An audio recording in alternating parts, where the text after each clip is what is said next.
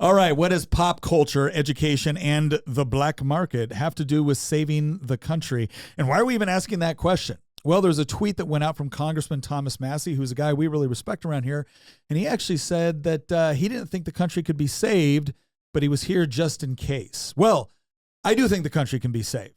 And what's amazing is I don't think it's going to be saved by voting harder. Don't get me wrong, I think voting's important. I think politics is meaningful, but there's a lot of things that we can do as Americans, as men, as women, husbands, fathers, that I think are actually far more relevant to saving the country. And we're actually going to go through 3 categories today where we discuss just that. So all of that and more coming up on this episode of Making the Argument. Thank you all for joining us on this episode. If you haven't already, we would love for you to become a member of our community chat. We have so many very cool things going on over there, and you can join by going down to the link in the description right now.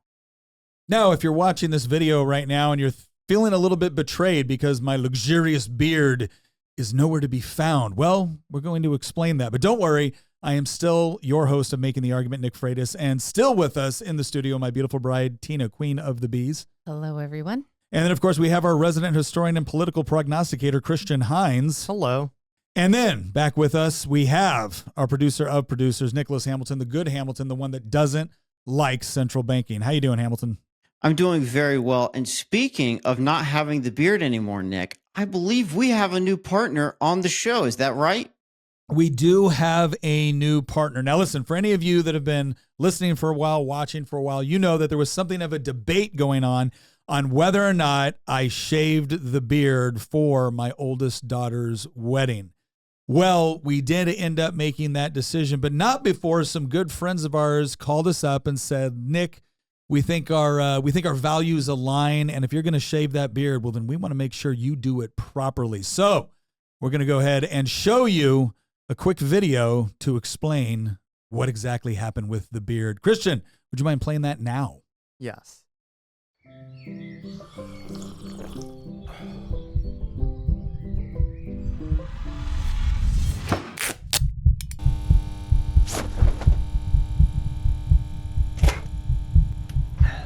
The beard has to go.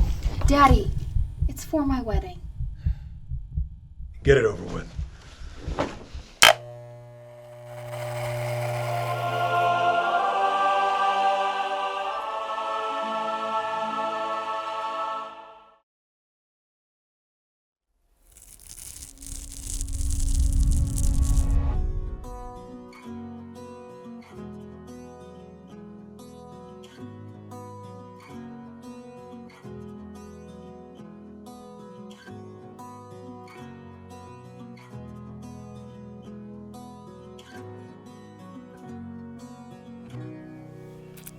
Was it worth it?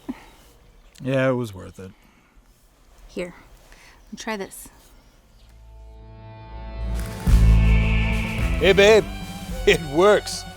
Thanks, Jeremy.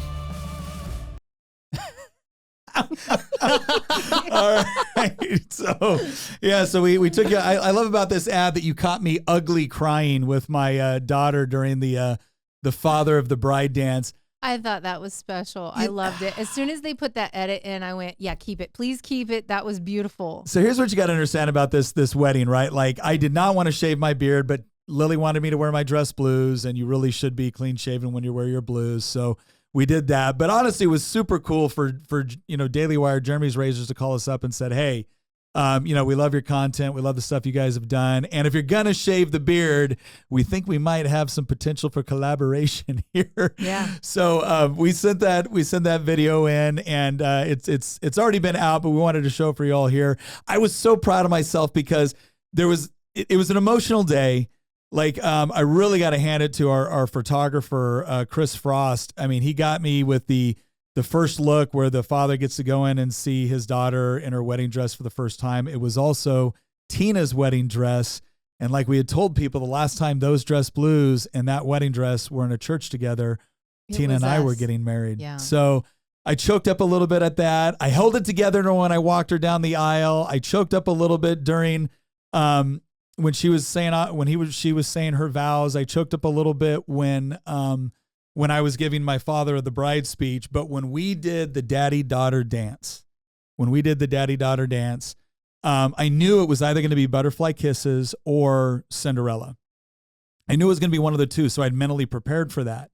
What I didn't mentally prepare for is when it came on, Lily looked at me and she goes, Daddy, I requested this song, and we danced to this song to every daddy-daughter dance we ever went to because I knew I was going to play it for this moment.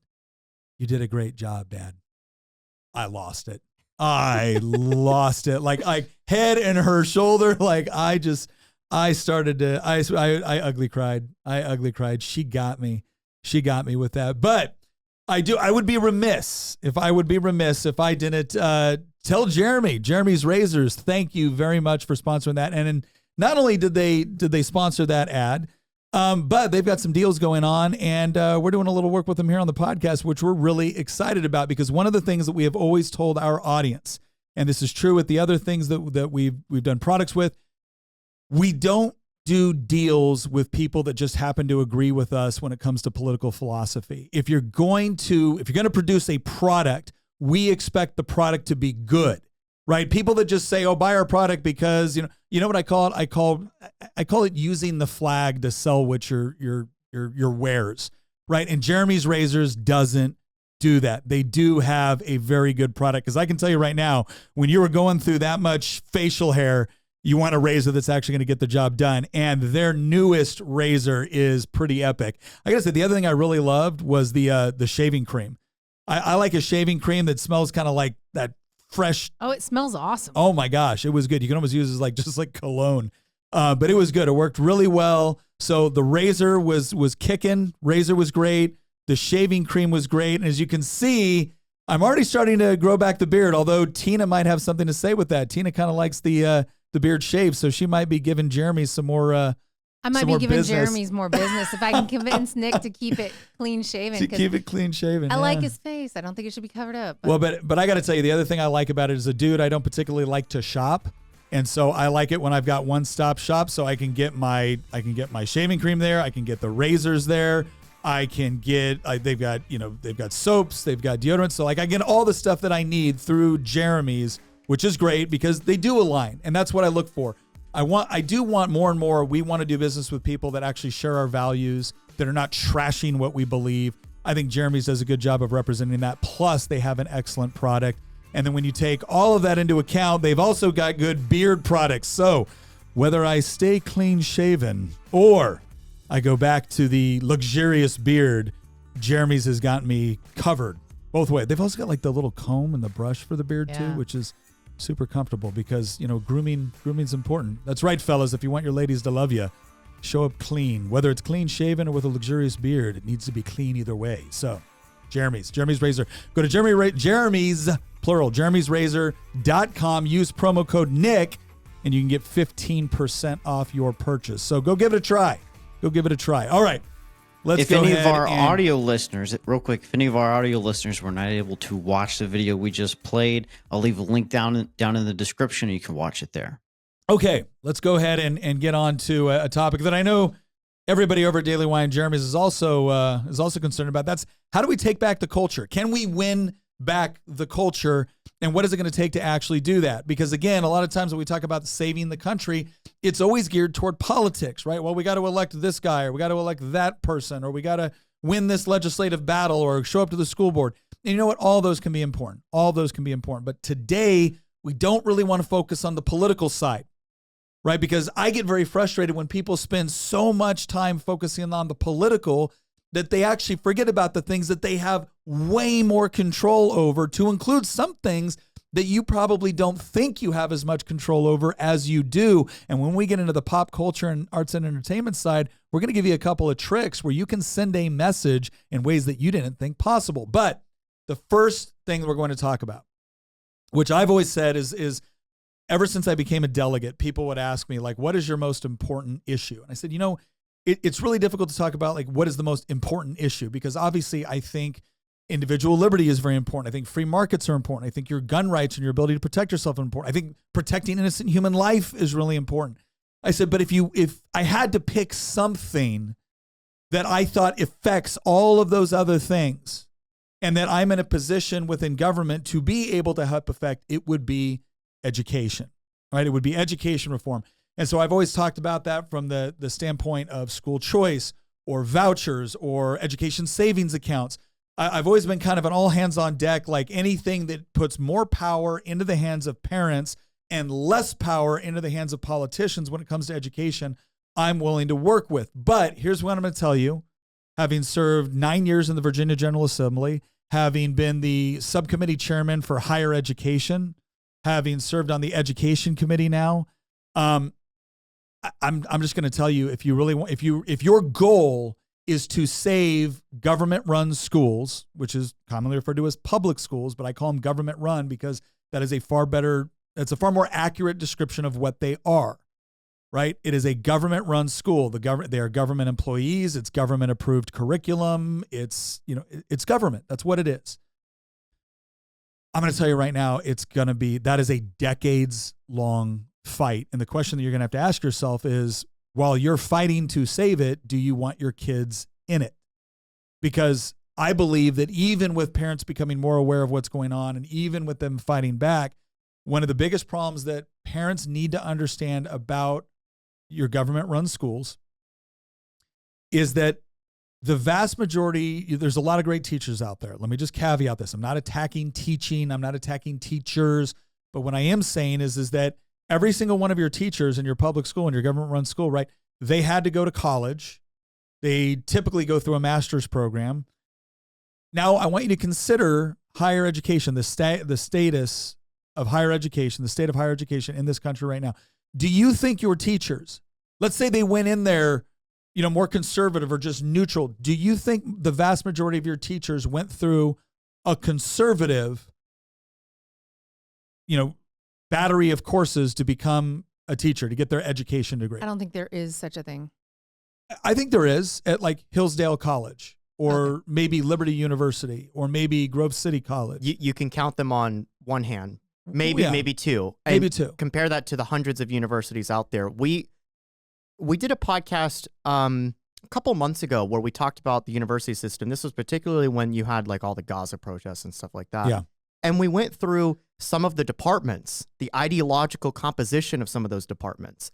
And it really reminded me of a quote from Thomas Sowell that's like, the next time somebody tells you how important diversity is, ask them about the ideological diversity of their sociology department. Yeah. And the reason why he would say this is because in most of these universities, the ideological composition, especially within the humanities, you're talking in some cases 100 to 1 on the liberal side. And in the case of Harvard, it's half of the faculty identify as very liberal, not even liberal, not even, Tulsi Gabbard, Dave Rubin type liberal, right? Yeah. Like we're talking like Bernie Sanders, Elizabeth Warren type liberal. Leftist is the best way to describe it. Half of the faculty, compare that to 1% of the faculty identify as conservative. No, and there's, so let's take Harvard. We'll take Harvard as an example. But we could do the same numbers with pretty much most of your state universities or things like that. So let's just say on average, Harvard's like 3% that identify as conservative out of their entire faculty, right? So let's take maybe like a UVA or we can take like a Virginia Tech. It's probably going to be at least 70% of your faculty, identifies on the left. Now, you may be thinking, okay, well, then my kid's got a 30% chance if they go for an education degree of getting a more conservative professor. No, because the 30% of conservative professors, almost none of them are serving in the education department. Almost none of them are serving in the liberal arts or humanities. They might be in engineering. They might be in the heavy sciences. They might be in some of the economics, but they are not serving in English. They're not serving in education. None of your required classes. They're not serving in that, which means that what you have to understand is that every single one of your teachers, regardless of what their individual belief systems were going into higher ed, essentially went through a minimum of 4 and more than likely 6 to 7 years of very hardcore left-leaning education. And so even if you think, well, I got a good school board, or I got a good state legislature, or I've got a good governor, or whatever it is, even if you think that, the people on the front lines of the education system were all made to go through, because again, all of the government schools require you to have certain levels of education to even teach and then to promote certifications. And what we saw in Virginia when Democrats took control for 2 years was that the requirements they had for them to renew their certification was incredibly far left-wing indoctrination. They tried to claim it wasn't. They tried to claim we were being ridiculous. And then I brought the receipts to a debate.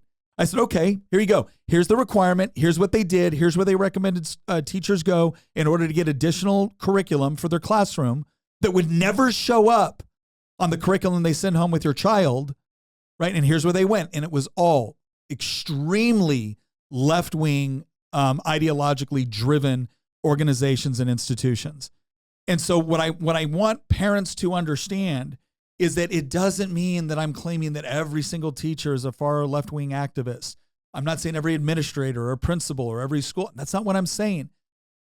But if I told you in any other realm of your world that at a minimum, 70% of the people would have to go through an incredibly left-wing ideological, focused course and battery of tests and classes and reading, required reading and everything else. And then when they got in there was still a high degree of probability that if they went to continue their education, went through additional certification, it would still have a left-wing bent. Would you honestly tell me, oh, well, that's not going to have any impact on the curriculum. That's not going to have any impact on the way subjects are taught.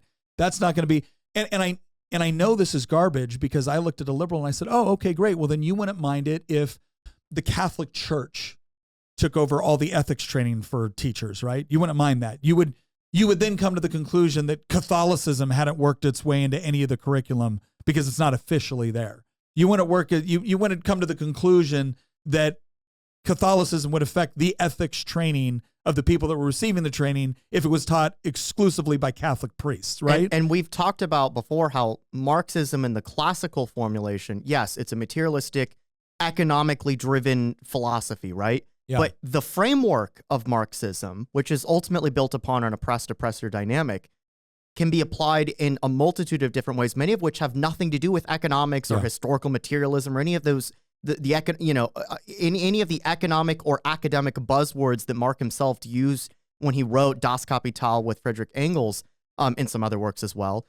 The problem is the cultural components of Marxism, right? And so it's, if you say like, well, this is all pushing a certain ideology, and the pushback is going to be, that's not happening. Nobody's pushing Marxism. You're right. Nobody's saying seize the means of production and economic progress is the only thing that determines history, but everybody is using the framework that Marx wrote about, and they're applying it in different contexts in order to push what we call cultural Marxism. And yes, if you're going to say that's not happening, as you pointed out earlier, you have the receipts of how that's happening. Yeah.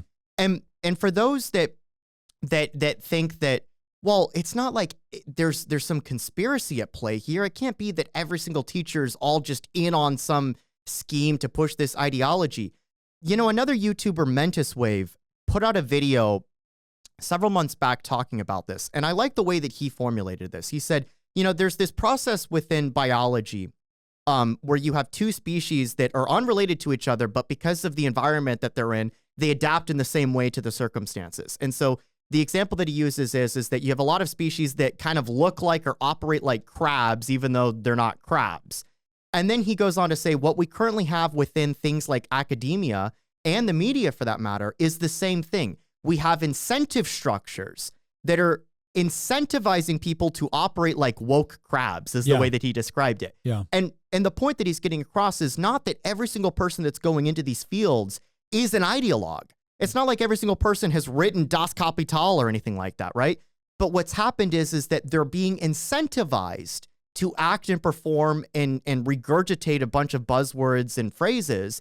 And some of them don't, but a lot of them do because the pressure is so immense that you get the whole crabification, and what he calls woke crabs. They have given everyone the same lens to look through. Yeah. So even if this person's not an ideologue, they're looking through an ideological lens.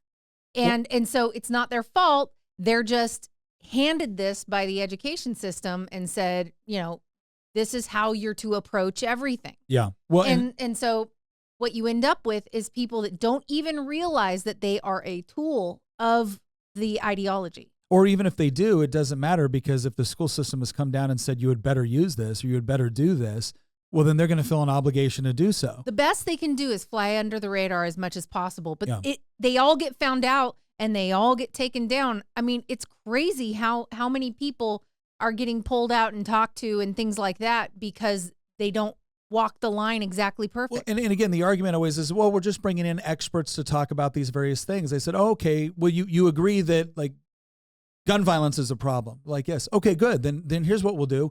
We'll have the NRA come into the schools and teach gun safety, because they are experts on gun safety. They've been running hunter safety programs for years. So we'll have the NRA come in and do that. And you're okay with that, right?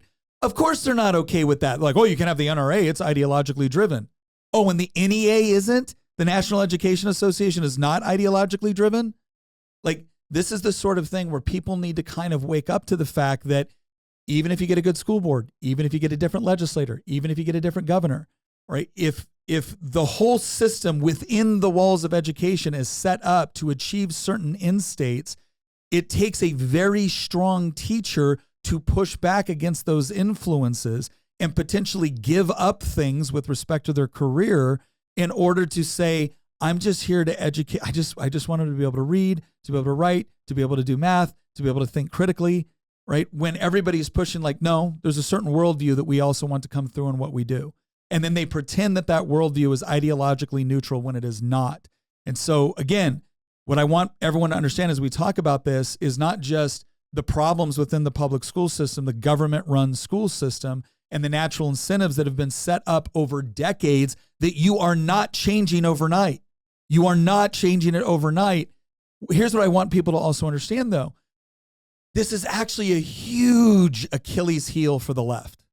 It's a huge Achilles heel for the left. How? Because even with all of the effort to control higher ed, to now make all the inroads they've done in controlling government education, you still have the ability to pull your kids out of it. You still have the ability, but there is a reason why, and I promise you this, if we started to see, we saw one uptick during COVID where people started to pull their kids out and then they didn't put them back in.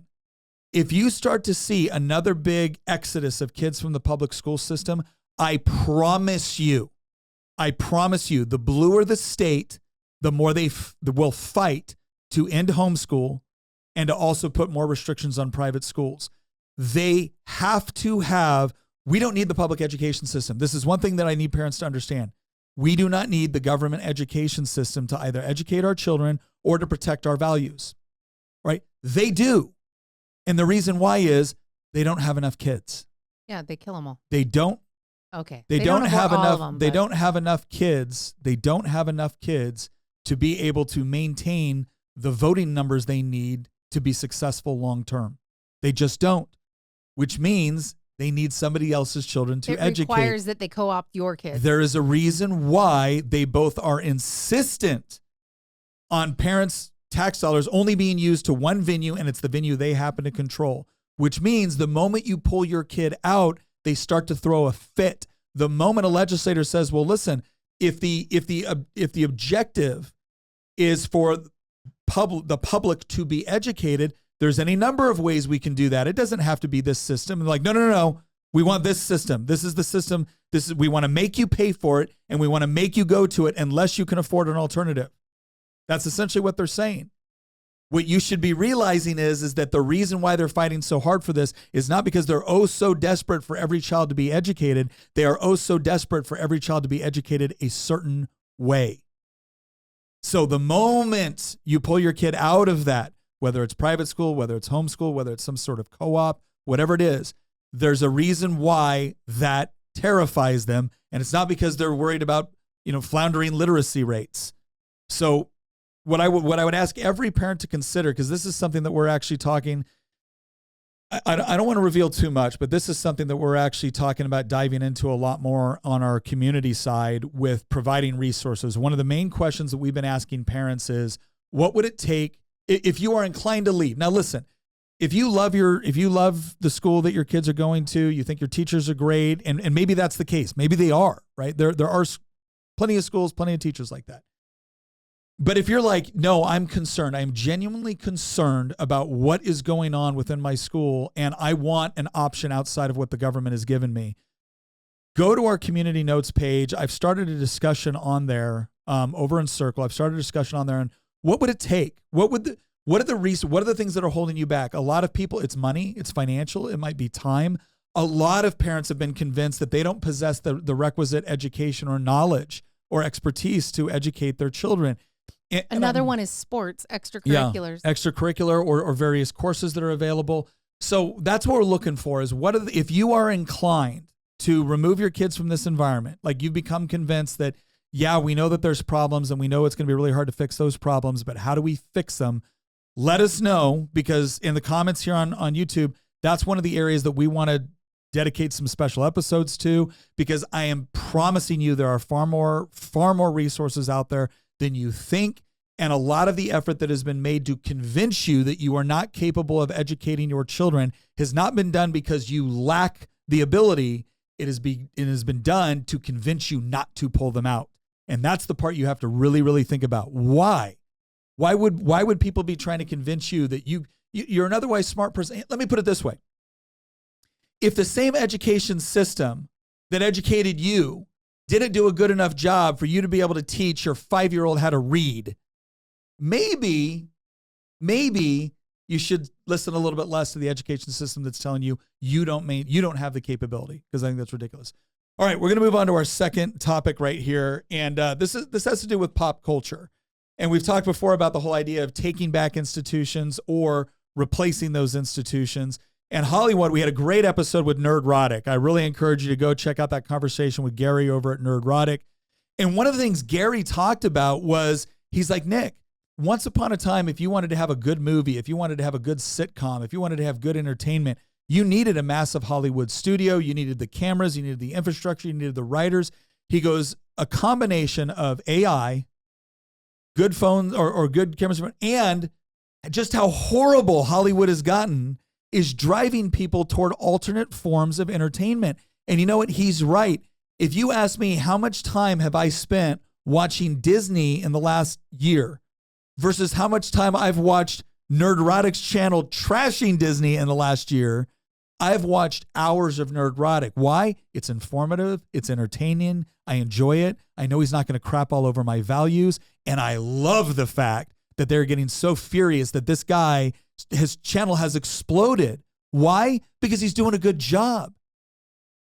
And so we actually have this huge opportunity right now where we have people that don't have access to the studios, but with a little bit of video editing software, with some talent, with good story writing, they can actually create something that people want to watch, want to listen to. And again, we know that sometimes YouTube shuts people down, but I'm also going to tell everybody else something else. Yes, work with organizations like Rumble, work with other groups like Socials and stuff like that. But we get a lot of watch time on YouTube. And we say a lot of things that we know the execs at YouTube don't like. But a lot of these organizations, especially after Elon Musk bought Twitter, kind of learned that we got to chill out on how much we censor people, because not only is it bad for our bottom line, but people are getting furious and competition is going to come in and eat our lunch if we don't allow these voices to be heard. And so the first thing I would tell people is, hey, are you funny, right? Like, are you creative? Are you talented?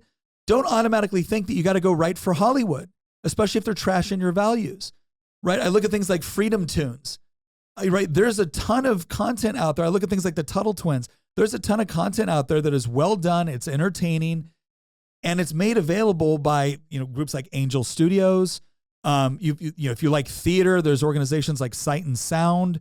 But there's a ton you can do with your own camera, with your friends, that you can put on YouTube, that you will be shocked on the number of watch hours that you're going to get as long as it's well done. I love the fact that it seems like Hollywood is just being flushed right down the drain.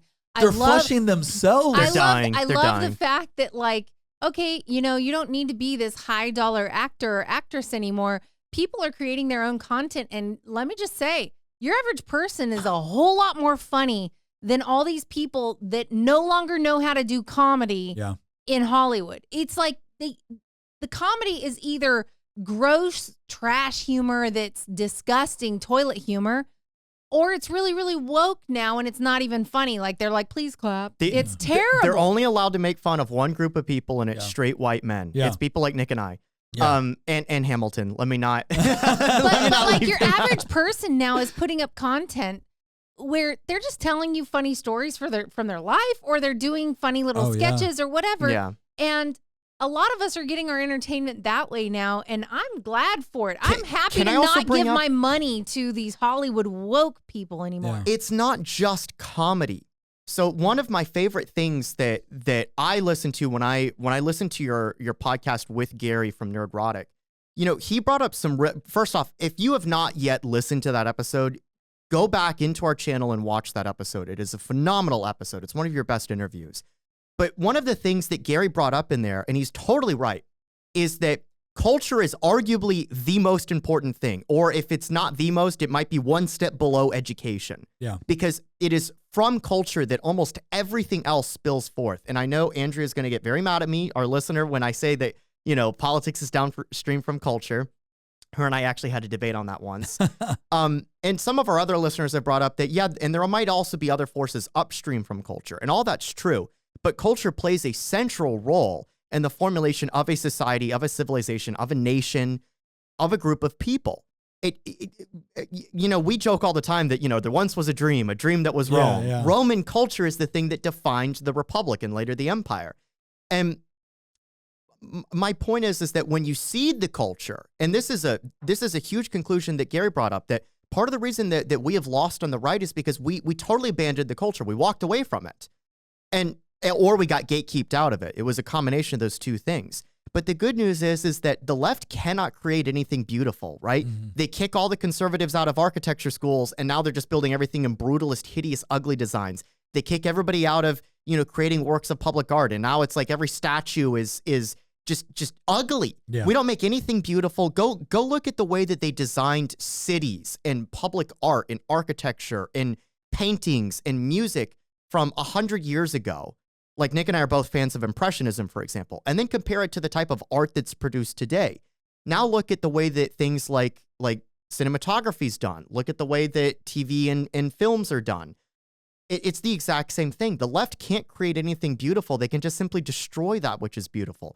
And so there's a tragedy in there, and that things keep getting worse and degenerate and just hideous and ugly. But the benefit is that people have realized, I don't need to watch ugly things. I don't need to consume stuff that has no plot. And it's not just comedy, it's everything. It's everything. Consider Star Wars right now. Acolytes come out and it's being review bombed. It's horrible. It's a bunch of, communist, space lesbians that are undermining Anakin's legacy. And Gary's talking about this. Critical Drinker's been talking about this lately. He's Some like, other people. The message. Yeah. It's all about the message. And it's all about appealing to modern audiences. Well, last I checked, modern audiences actually want a good plot. So it's not just comedy, it's good storytelling. Yes. And you know what?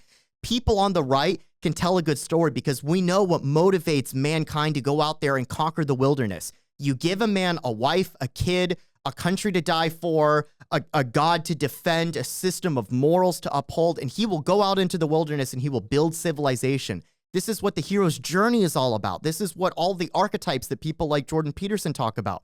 We have forgotten how to tell stories built around things that we know are eternal truths. And once we get back to that, it's going to be like flicking a light switch on. I'm usually a doomer, but when it comes to the culture, I'm actually more optimistic about this than any other institution. I think there's a huge opportunity for a lot of creative people out there. And look, understand something. This is also where we make the distinction between liberals and leftists, right? Because liberals, there's a lot of creativity when it comes to, liberally minded people. The question is, it's this leftist woke idea where everything is a power struggle. Everything is oppressor and oppressed. And nothing can go forward without advancing that cause, whatever it might be in that given moment. And so much of it is built around this idea of tearing down that was, right? And replacing it with this new version. And I think one of the things to understand about this is that they really brought in this whole idea of like, well, all beauty, all aesthetics are just the eye of the beholder, or, cultural institutions which push a particular narrative. And guess what? It's not true. It is not true. There are things that are just aesthetically beautiful. And it doesn't mean that people can't have different preferences or different tastes, but more and more what that's been translated into is that we're going to take things that are obviously ugly and we're going to force you to say that they're beautiful. We're going to force you to say that they're pleasing, and they're not. And the more people are forced to kind of regurgitate this, the more it actually turns into almost like a sickness. And this is why I think you have such a huge mental health crisis, especially with those, the more on the left they identify, the more the health crisis seems to increase. It's because they're being told to reject everything that their mind and their eyes and their, tells them is true, because no, that's evil and that's patriarchal and that's oppressive, and we have to tear that down. And once we tear it all down, then we can get to the real beauty. And the more they tear it down, the worse off they are. Here's the other thing I want to tell people on pop culture too, because obviously there's the competitive side, right? There's creating our own art to compete with it. But there's another element here that I don't think people fully realize how powerful they can be when it comes to viewing things. One of the things that we've seen with things like Acolyte, right? Acolyte gets like 85% approval from critics, right? The professional critic band, right? It's got a 15% approval from the audience. And this is one of the reasons why. And then what do they do when the critics and the studios don't like it? They attack the fans. They turn off the comments. Yeah, they turn off the comments. They attack people like Nerdrotic and Critical Drinker and say, oh, it's just these toxic people. It's funny. 3 years ago, nobody cares what, Nerdrotic thinks. Now it's like, well, Nerdrotic's the reason why this is going the way it is. Like, no, it's because your product sucks. He just does a really good job of explaining why it sucks. Yeah. But here's what I also want to tell people.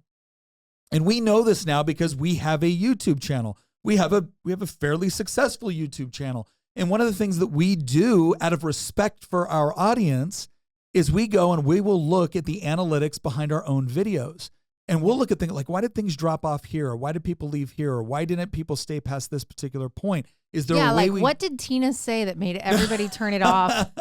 Is there something that we can do better? Is the way we can explain things, better? Is there a way that we can make this more entertaining? We're not going to change our values based off of the things that we believe in, but we do want to be more effective. We do want to be respectful of our audience and courteous toward our audience, because without you, we don't get to do what we do. Now, here's what I will tell you, especially with streaming. I don't know how it works for cable. I don't have cable. I haven't had cable for over a decade now. But if you're watching on the internet, and you're watching Netflix, or you're watching especially YouTube and things Amazon like that. Prime, any of those. But Hulu. I would say, I think this is true of Netflix. I think it is true of streaming platforms. I know it is true of YouTube. When you stop watching matters. They right? know. When you stop watching matters, because some people think, oh, well, I'm gonna watch through the rest of this and then I'm gonna stop watching. Okay. Tina and I have gotten to the point now where when we watch a show, the moment it starts to go super woke, I'm like, you're done. It's off. You're done, because I want you to know that was the moment you lost me. Yeah. I want you to know. And I don't want there to be any confusion on why you didn't just lose me because I didn't like the way the story ended. And that takes a ton of discipline on your part, because I know, like, it's the end of the night. We just want to be entertained. Yeah. We just want to watch a show. Can we just ignore this so that we can get through the show?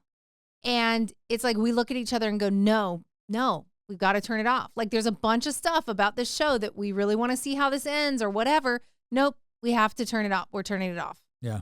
And it sucks. It sucks when you have to do that. But I want them to get the message, and that's really important to me. And it has to be important to you in order to do that. They've got a message, so do I, right? And I want them to get it. Can I ask some questions that are outside the bounds of Hollywood, but still within pop culture? So I briefly brought up other things like architecture and art and music, and I'm just thinking of all the other aspects, literature. There's so many other aspects that go into pop culture. I think we kind of know what the solution is to Hollywood, which is kill it and let it die and burn it and Let it die. and replace it with a decentralized system. But let me just stop you right there. I know you got a bigger point to make, but I don't think it's necessarily kill all of Hollywood, because there are studios in Hollywood that have not been fully embracing this and that have been making movies. Top Gun is a good example. There's been some other ones that came out that were good movies. I don't think it's that you have to kill all of Hollywood. Like, Disney needs to be, like, Disney has just refuses to learn and just keeps shoving it down our throats, and it gets progressively worse each time. Oh, they're my mortal enemy because they destroyed what is previously my favorite IP of all time. I have gotten rid of Disney Plus. I got rid of it a long time ago. I will not go to Disneyland. I will not go to Disney World. I will not take a Disney cruise. I will not watch anything associated with Disney. Nothing. Right? I'm actively working to punish them as a result of that. There are other studios where it's like, if you produce a good product, I'll watch it because I want you to know which products work and which ones don't. Right? Yeah. So I just want to make that point. But obviously the problem within pop culture is so much larger than Hollywood. Hollywood is arguably the most important, or one of the most important elements of pop culture that we're fighting on. Yeah. But there's other stuff. For example, I've watched a lot of videos, in part because I really enjoy like the 19th century. I've watched a lot of videos on YouTube talking about architecture and the evolving of architecture from, beautiful classical styles or like the Second Empire style. If you go to DC, there's a lot of older buildings, government buildings, unfortunately, that were built, 100 years ago in this beautiful style. And then look at how buildings are constructed today. It's all in this hideous postmodernist style or brutalist style. Like, that's another example of, believe it or not, I would argue that falls under pop culture. These are things where it's like people are growing up and they're just accepting that things are supposed to be ugly around me. No, they're not. Go look at photos of European cities before they were all leveled in World War II.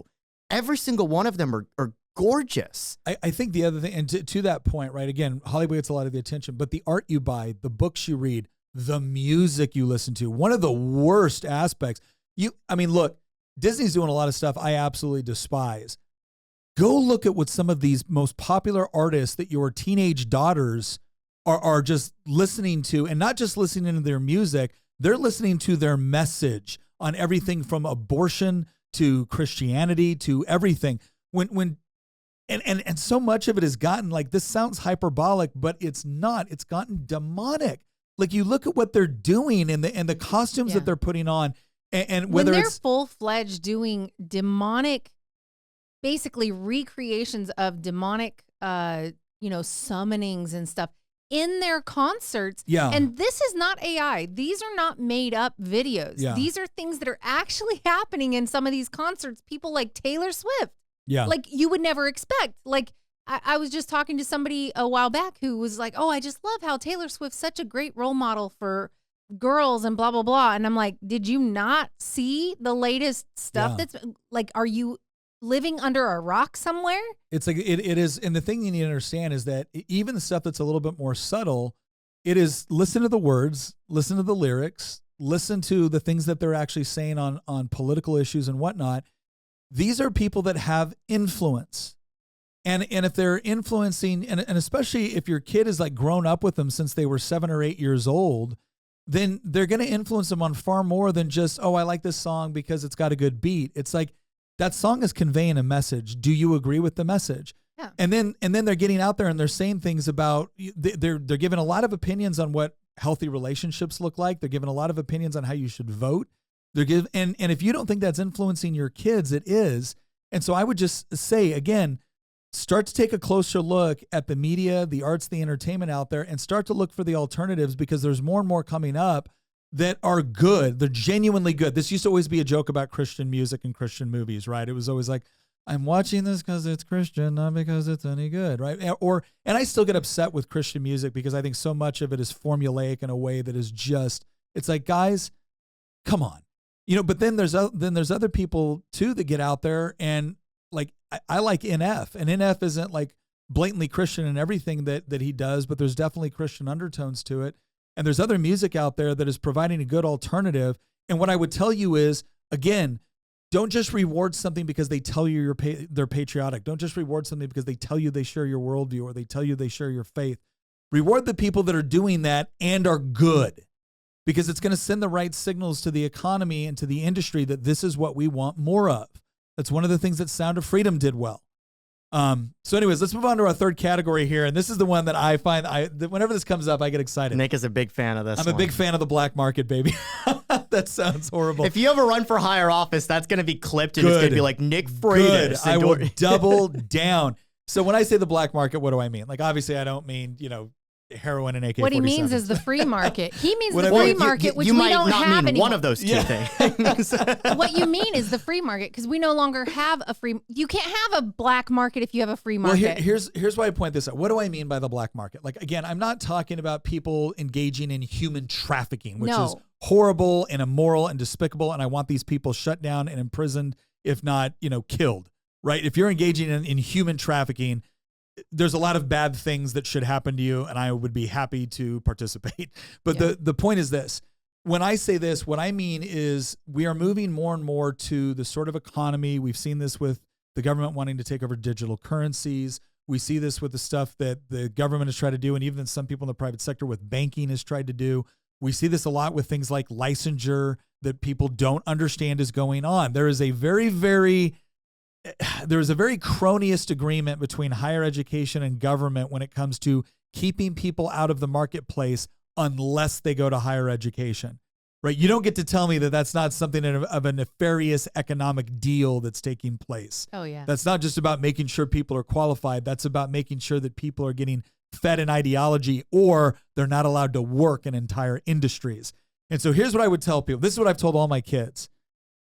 As you look at the sort of professional skills that you want to develop, you should be looking for things that are valuable to people and that you can operate off of reputation, quality, and if necessary, under the table. And people, you tell your kids that, you're right. You're dang right I do. Because, and it's not because I want my kids engaging in illegal activities. It's not because I want to engage in illegal activities. But here's what I've seen. The government of Virginia cracks down less on certain illicit drugs than they do raw milk, right?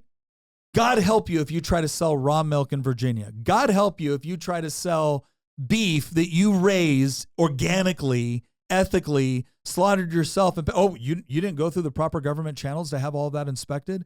We have it. I'm selling it to my neighbor, and my neighbor knows the processes, and they can come over and look. They can be there while I slaughter it and process it. It doesn't matter. Doesn't matter. You haven't gone through our approved processes. We're shutting you down. We're confiscating your stuff, and we're destroying it. Like, they're not even using it, right? We're just destroying it. And the government has done this before on numerous levels, sometimes worse than others. And a lot of people will look at it and say, oh, well, yeah, but I want product safety and I want food safety. Sure you do. We all do. Nobody's questioning that.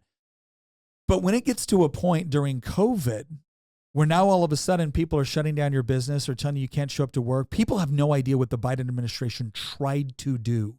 The only reason why they didn't get away with it is because attorney generals like Jason Maris in Virginia, we had a whole episode on this. Joe Biden, through OSHA, tried to make it to where any business that had like 100 employees or more, you had to get the vaccine. Think about that for a second. If you don't get the experimental vaccine, right, that we say you need to take, we're going to take away your ability to provide for your family. If that's not some fascist draconian crap, I don't know what is. And if you're not in a position to be able to do business and provide for your family, when something like that happens, then you're not fully prepared for what could happen because they tried to do it. We're not talking theoreticals here. They tried to do it. I want you to imagine telling somebody in a free country, you're not allowed to feed your kids unless you take the government-approved jab. Screw you, man. You need to be prepared to be able to conduct business, to be able to take care of your family whenever you have somebody that wants to govern in that way. And the fact that it's those sort of people that call me a fascist when all I want to do is live in a free country with a free economy, they're the ones that want to lock people up. That if you don't do what we want, we're going to take away your ability to provide for your family. So that's what I'm saying. When I say learn the sort of skill sets that provide you a mechanism to provide for your family, regardless of what arbitrary decision might come down from some bureaucracy. That's the other part they don't understand. Like, well, oh no, I'll never elect leaders that do X, Y, and Z. I got bad news for you. The bureaucracy is operating under widespread legislation that passed dozens of years ago that they're now creating new rules and regulations because they want you to have to operate the way they tell you to operate. And more, it's not just for OSHA violations. It's not just for, well, we just want you to be safe in the workplace or we want to make sure the food is safe. It's like, no. We're going to be the ones that control what you get. And if you don't like that, fine, we'll shut you down. Oh, no, you're still free. We've just taken away your ability to provide for your family. But don't worry, you can still vote, so I guess you're free, right? No, you're free. You're free when you have the ability to actually provide for yourself and for your family, regardless of some bureaucrat coming in and shutting you down for arbitrary and oftentimes ideological reasons. So what I would tell people is, look, this is something that I think should be happening in churches. This is something that should be happening in homeschool co-ops. This is something that should just be happening within communities. If it's shut down tomorrow, I know where I can get my beef. If it's shut down tomorrow, I know where I can get medical care. If it's shut down tomorrow, I know where I can get electrical work done. I know where I can get these things done. Now, again, insofar as I can operate in a free, open, and legal market, I'm going to do that. I'm going to do that. I'll even put up with regulations I don't particularly like or I think it might be a little bit unfair. But the moment it becomes onerous, the moment they tell my friend, you're not allowed to do business anymore, even though I know they know what they're doing and they do it well, my answer is not going to be screw you to my friend. It's going to be screw you to the government. And I'm giving my friend my business. This is the whole point of the intentional communities concept. Yes. And we're not even talking necessarily about just, oh, we had a pandemic where everything got shut down and now the government's grappling for more control. There are other situations where people have said the wrong things and their bank accounts were frozen. I mean, okay. Go ask Canadians what they think about the current state of anarcho. What it is it's anarcho tyranny. It's a term that I can't remember when it was coined. But even here in the U.S., like, okay, I'm not a fan of Kanye West. He said some things that were sketchy. Horrible. Fine. But why the heck would they shut down, like make it so he doesn't have access to his own accounts? And banks are like, we're not doing business with you anymore. And we're shutting everything down. Remember when Nigel Farage had his bank account shut down? And he just announced recently that he's running for parliament in their new election that's been called for July 4th. And he might actually win that. But like, because he's too controversial, which is funny because his entire platform is just built around we need to take back our national sovereignty. Apparently that's controversial nowadays. But they tried to debank him. And in Canada, they did debank thousands of people during the trucker protests in 2022. Yeah. This is the term is anarcho-tyranny. Anarcho-tyranny is when, for example, the government will do nothing to stop somebody from ransacking stores and, engaging in grand theft auto and looting businesses and setting them on fire. But if you have a 12-round magazine, you're going to jail. Yeah. If you're Donald Trump, we're going to politically target you. If you were walking between the velvet ropes of the Capitol on the afternoon of January 6th because you thought that you were allowed to be in there, we're going to call you a traitor to democracy and throw you in prison for 5 years. This is it. The best definition I can give is anarcho-tyranny. It's the idea that the state punishes ruthlessly some actions that, quite frankly, do not deserve to be even a fraction of the amount of retribution that are directed against them. And then they let abject criminality get away without any repercussions whatsoever. Mm-hmm. And then we wonder, like, what's going on? What's really happening is that it's not hypocrisy, it's hierarchy. But it's a twisted, inverted hierarchy. It's an evil hierarchy, actually. Yeah. You're punishing people because we think that they hold the wrong views, and therefore we're going to punish them because you're it's the friend-enemy distinction, right? But then we're going to allow these people to, loot, burn, pillage, again, engage in rampant criminality. Why? Because it suits our end purposes. Yeah. And so when you talk about the black market, what you're doing is that you're basically accepting that, unfortunately, examples of anarcho-tyranny can be found in the US and Canada and the UK and the European Union. But there's workarounds to get around that as part of effectively a form of resistance. Mm-hmm. Well, and that's, and again, I'm not asking, I'll never encourage or sanction somebody doing something wrong or evil. Like that's not me.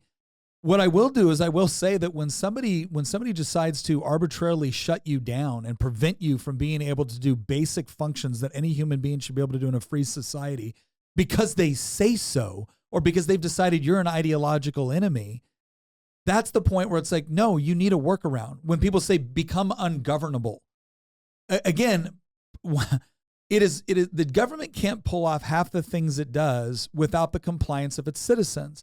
And the reason why we comply, and the reason why in many cases compliance is a good thing, is because the law is just. It makes sense. Or at the very least, it went through a process that we recognize and can participate in to change if we see a problem with it. But when it starts to become arbitrarily enforced, and not even arbitrarily, when it starts to become targeted toward ideological or political enemies as opposed to equal application of the law or equal justice before the law, that's the part where you have to look at that and say, I'm not going to be governed by this. And if I can't change it through the electoral process, well, then we have a history of peaceful noncompliance in this country. And that's the part where you start to look at it where it's like, I'm not going to be dependent upon a system which can arbitrarily close me out or target me for punishment because I disagree with certain powers that be. That's the sort of resilience we talk a lot about, whether it's making sure you can actually, raise your own garden or keep chickens or whatnot, just anything to make sure that, hey, I'm not completely shut out of being able to feed my family. Or if it's something about just having a network of people that, again, you're not trying to do anything bad or evil or nefarious. You're just trying to make sure that you can take care of one another in a crisis. That crisis might be a tornado. That crisis might be an earthquake. That crisis might be a pandemic. Or that crisis might be a really bad government, right? That's what I'm talking about, is how do you develop the sort of skill sets that are marketable regardless of what the government attempts to do with the economy? Because I can tell you this much, if you know how to do electrical work, if you know how to do plumbing, if you know how to raise food or grow food, if you know how to do a whole host of activities that have value, and you have developed the reputation within your community that you are good at what you do, them taking away your certification doesn't shut you down. And in fact, what we're seeing now is that in too many cases, this is what a lot of college students are recognizing right now. They have the certification. They just don't have the capability or the reputation, and nobody wants to do business with them. Oh, but I have this degree. Oh, but you can't do crap and you're an activist. And that's not what my company needs. So that's what I mean. Develop the sort of skills. Because once you have a skill, again, part of being a free person is being able to live your life, is being able to provide for your family, is being able to do it effectively. And one of the things that's so important about education, skill sets, capabilities, is they can't be taken from you. And more, I think that's going to be incredibly important. So look, want to thank everyone for sticking with us through that. I hope you found this some entertaining and informative. I'm going to do a quick recap here. Again, because we started this off with a Thomas Massey quote on, he doesn't think the country can be saved. And when you talk about certain institutions, cultural or political within this country, that might not be able to be saved, he might be right. But the country is a lot more than just government institutions or even cultural institutions. The country really is the people. It really is the sort of values that we hold. We can rebuild institutions. We can rebuild culturally shaping institutions. We can do all of that, and we don't got to ask permission to do it. We can start to do it right now. And when you look at the education of your children, I am telling you, I think we can win this all in one generation if we just take more control over the education of our children. And yes, that requires some sacrifice and responsibilities, but as someone that has gone through it, I can tell you it can be done, and you will be absolutely shocked by the results. When it comes to things like pop culture, I get very excited because I think there are so many creative people out there that are currently being gate-kept by the current culturally shaping institutions. And there are so many inroads around it now that didn't exist 15 or 20 years ago. Take advantage of them. Don't think that you've got to ask permission from the powers that be in order to be successful within arts and entertainment, whether it be movies or TV, whether it be things like architecture or art or music, right? There's never been a better time to make an end run against all of those gatekeepers. And then finally, when it comes to the black market, again, I'm not talking about doing evil and nefarious things or selling products that you shouldn't be or services that you shouldn't be. I'm talking about things that all of us use on a regular basis that we rely upon in order to make our lives better, but that increasingly the government keeps intervening to make it more and more difficult for good, honest people to just be able to make a living.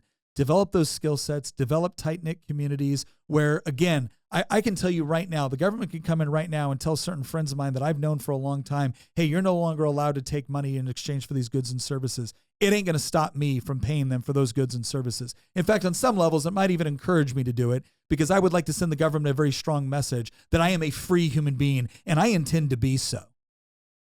So these are three categories that we think everybody can participate in, can develop, can be a part of in a way that makes you more free and ultimately, I think, works to save the country. Because if more people are educating their children, if more people are engaging in culturally shaping actions, whether it be music or arts or entertainment, if more people are developing the sort of capabilities that are resilient regardless of what's going on in the world, those are the key ways in order to not only make sure that you stay free, but pushes back against those institutions and those movements which are trying to make you less free within your government. So that's what we want to encourage everyone to do. That's what we think is open for everyone to be able to do. Take advantage of it while you still can, because if there ever comes a day where they try to make sure that you can't, you want to have the capabilities already. Once again, thank you very much for joining us, and thank you to our new sponsor, Jeremy's Razors. Go to jeremy'srazors.com, put in promo code Nick to get 15% off that order. Once again, thank you for watching and listening, and we will see you next episode.